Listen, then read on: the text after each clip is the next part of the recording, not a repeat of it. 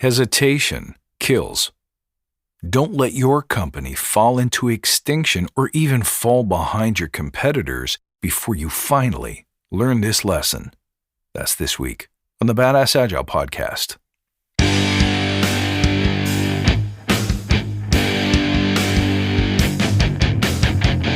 Greetings, team. Welcome to the Badass Agile podcast. I'm your host, Chris Williams.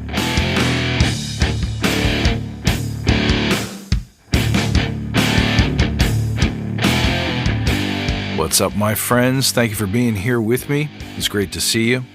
Unlike any other time in history, the market is screaming for solutions. Can you hear it? All right, before we dig into it, let's take a moment to remember why we're here. To create an elite tribe of leaders who truly serve their clients and communities by doing what matters and what works, relentlessly chasing value and excellence like a badass. There's so many resources out there about what you need to do to be agile, but we're focused on who you need to become in order to lead teams. So let's hammer down those fundamentals to create a truly unique and powerful force in this industry. If this episode helps you, please help us out. Tell your friends. And why not join in on the conversation in the Badass Agile Listener Lounge on Facebook? All right, look at the forces that are swirling around us. What's going on in the marketplace right now?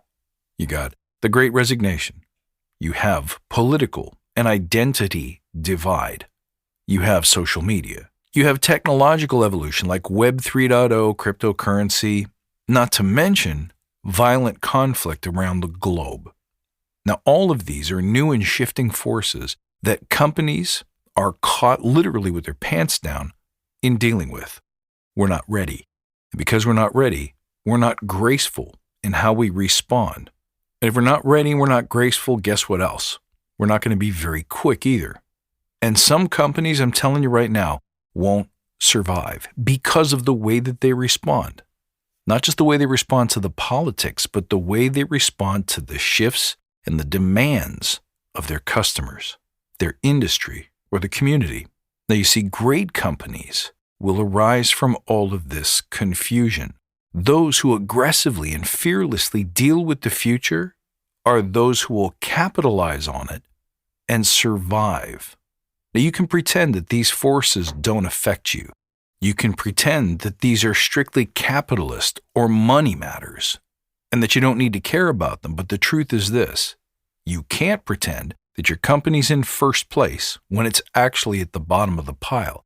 And if you're at the bottom of the pile, your future is at risk. The stability of your employment, of your engagement, is not guaranteed. So what must we do? We must stand up and help our companies become better. Let's take these badass agile skills that we've been learning for the last 5 years and help our companies improve the way we respond, the way we react, and the way that we shine in the face of crisis. There has never been a better time. So what specifically do we need to teach our companies? Well, the first thing is to teach leaders to use the principle of maximum value first to communicate your approach. What do I mean by that? When crisis and change and upset occurs, leaders need to get agile in a big hurry to make sure that we're communicating in those places and in the ways that matter most to our people. Like anything else, how we communicate and what we communicate is a backlog, just like a big old list of software features. And we must remember there's a lot of things we could do. There's a lot of things we could say, but not all of them are right. Not all of them will reach our people in the way that we need them to. And here's another point. If you don't have an approach, if you don't know what to say, if you don't know what's needed right now, start with this. Communicate your commitment, your passion, and your care. So often in the past 2 years, I've seen organizations trying to respond to massive change, uncertainty, and even crisis by going away and planning what they're going to say for 6 months.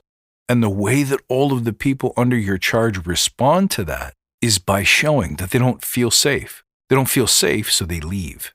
They don't feel safe, so they don't know what to do. They don't feel safe, so their internal levels of anxiety and clinging to the past instead of embracing the future go through the roof. Start with what's human. Tell them that you're on it.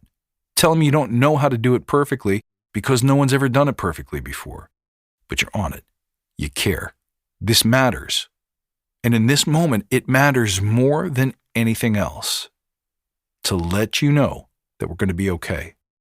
Now, of course, you got to back that up with action. So how do we do that? If we don't know what we're going to do next, if we don't know what the right thing to say or do is, what shall we do?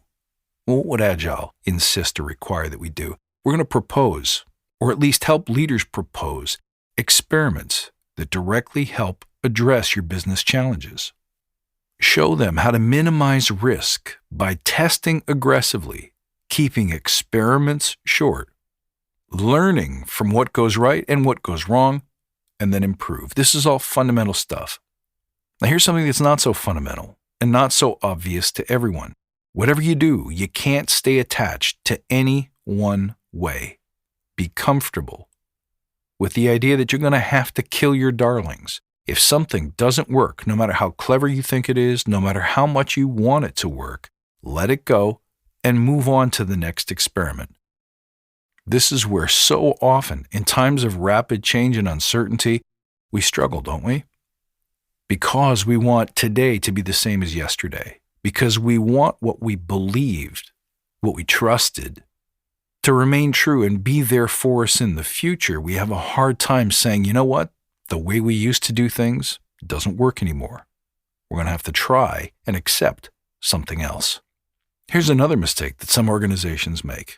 If they're not too slow to respond, if they're not too hesitant to try new experiments, they go all the way the other way in the wrong direction, and they try to find some kind of fast forward button.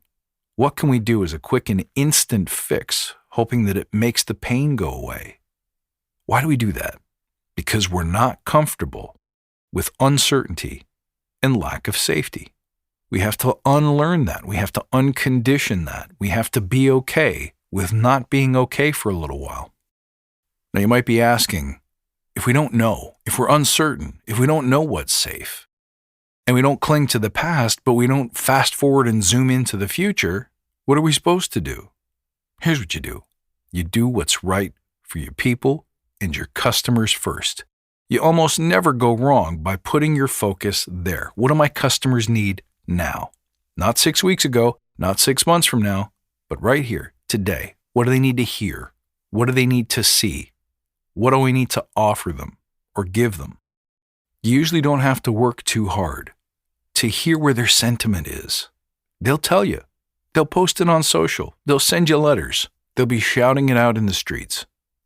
Whatever it is your company does, the change affects your customers, and they'll be the first ones to let you know what they want, what they need.